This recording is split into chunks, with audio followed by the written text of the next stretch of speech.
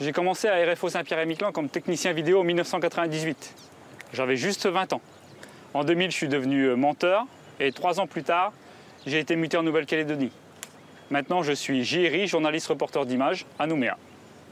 Quand j'ai débuté à RFO, je revenais tout juste des études. Et c'est ma maman qui m'a poussé à envoyer des CV. Et comme mon grand frère Tony travaillait déjà à RFO, il m'a dit vas-y, envoie des CV. Et j'ai été embauché comme technicien vidéo. Alors mon boulot au début, il fallait charger des magnétoscopes avec des grosses cassettes bêta. Ensuite, on programmait un ordinateur et les programmes étaient diffusés sur toutes les télés de l'archipel. Pour moi, le plus intéressant, c'était les émissions en direct. Il fallait commuter au bon moment avec le petit stress que tout ça pouvait planter à n'importe quel instant. Alors au début, c'était juste pour quelques remplacements l'été. Et au bout de 2 ans comme occasionnel, il y a un poste de monteur qui s'est ouvert. Alors j'ai postulé, j'ai été embauché. Alors en montage, on travaille avec les journalistes qui vont sur le terrain. Moi, j'aimais beaucoup cette complicité avec mes collègues journalistes. À la fin de la journée, en plus, tu as construit un truc unique, tu as construit un reportage unique, quoi. Mon premier magazine, c'était avec Daniel Moine sur l'Islande. On est resté 1 semaine enfermés dans la même pièce, à monter le même sujet. Comme Valdi en Islande, ils sont un peu plus de 1200 propriétaires de leur petite embarcation. Tous ne vivent pas que de la pêche. Comme les capitaines des navires-usines, ils sont soumis aux quotas. Des quotas calculés en fonction de la longueur du bateau et des prises effectuées au cours des 3 années précédentes.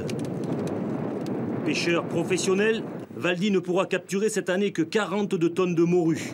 Pour les autres espèces, aucun quota. Je me rappelle aussi des montages avec Dédé le Bailly.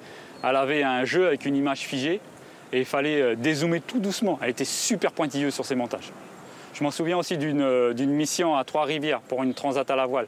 Tous les jours, on montait la salle de montage, tous les soirs, on la démontait et le lendemain, on recommençait pareil. Moi, j'ai adoré ces années passées dans ces salles de montage, ces heures passées devant ces 2 écrans, quoi.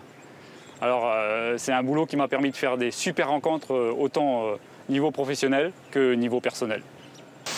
Une des anecdotes qui m'a marqué pendant mes années de travail à Saint-Pierre, c'était en 2001. C'était l'histoire de ce radiologue qui avait écrit des propos injurieux sur les gens de l'archipel. Après, il avait dû quitter rapidement l'île.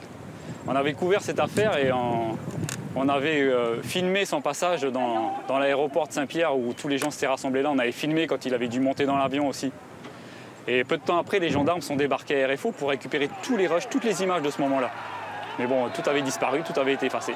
Donc ils sont repartis sans ces images. Mais ils ont quand même emmené un tas de cassettes. Un tas de cassettes qui n'avaient pas grand intérêt, mais ils étaient repartis avec leur tas de cassettes. Je m'en souviens quand mon grand-père il me parlait des premières télés sur l'archipel, il n'y en avait vraiment pas beaucoup. Tout le monde devait se rassembler pour regarder ces programmes en noir et blanc. Voilà, je suppose que c'était un vrai moment de partage, quoi. Ici, chez nous, en Nouvelle-Calédonie, à la maison, on n'a pas de télé.